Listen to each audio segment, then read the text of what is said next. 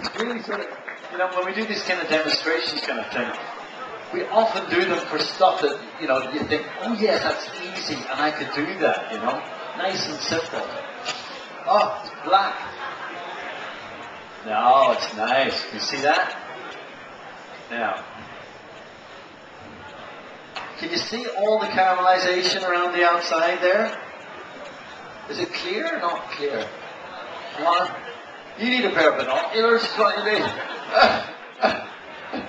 He's got a great laugh, doesn't he? I love a man that can laugh. That's brilliant.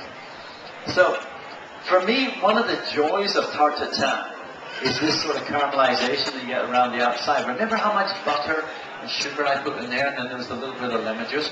So, hey, we've got a super plate for that now, yeah? Thanks, love. Just for turning that out. So the juices come out of the apple. We've got all the caramelized sugar and the butter and a little bit of lemon juice there. It creates this really lovely sort of sauce.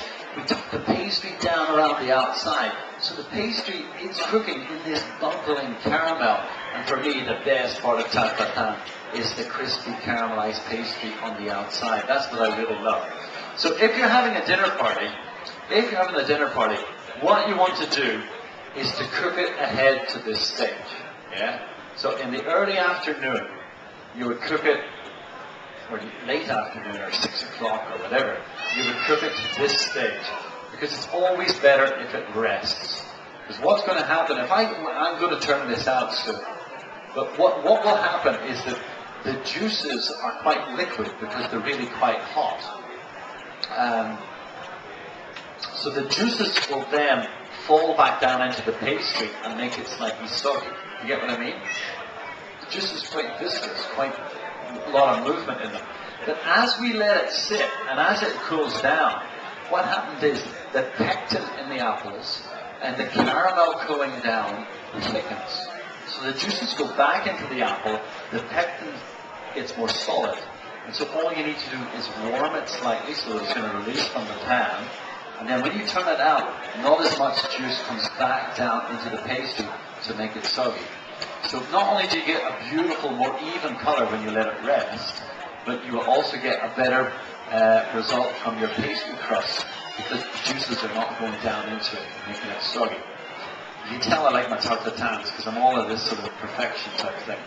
If you make it with pears, and it's magnificent with pears, you need to really put loads of lemon juice in because pears are a lot sweeter. They don't have that natural acidity that the apples have. You can't really use Bramleys because Bramleys, although they have a magnificent flavour, what's going to happen to the Bramleys? They're going to go all soft. You know, they're going to go mushy. So the good apples for tarte tatin are your Coxes, your Granny Smiths, Golden Delicious. Golden Delicious it's got less acidity in it, so you need to add a bit more lemon juice to that as well. So that's the tarte tatin, and now we're going to turn it out. Anybody want to come and turn it out for me? No, I don't think you do. And I'm not going to let you, but it's nice to see there's a few brave souls here that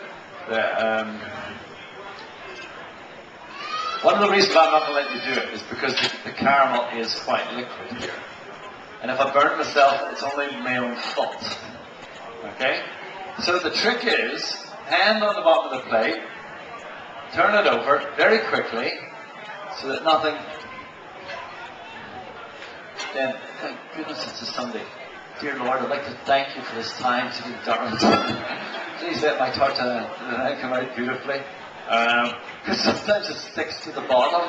Sometimes you lift it up. If you cook the caramel too much, you're going like, da! And all you've got is a big pastry lid. And all the apples are stuck. But I don't think that's what we got this time. There's the tarte tatin.